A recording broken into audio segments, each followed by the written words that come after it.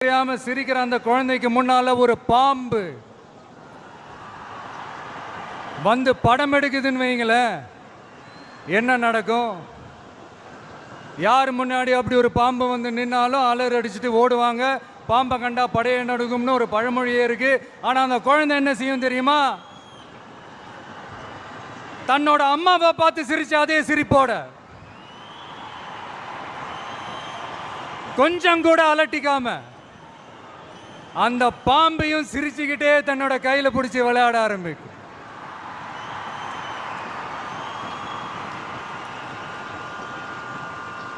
அப்ப அந்த குழந்தைக்கு பாம்பை கண்டா பயம் இல்லையான்னு ஒரு கேள்வியும் வரும்.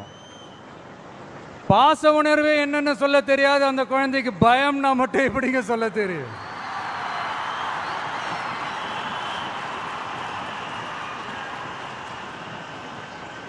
இங்க அந்த பாம்பு தான்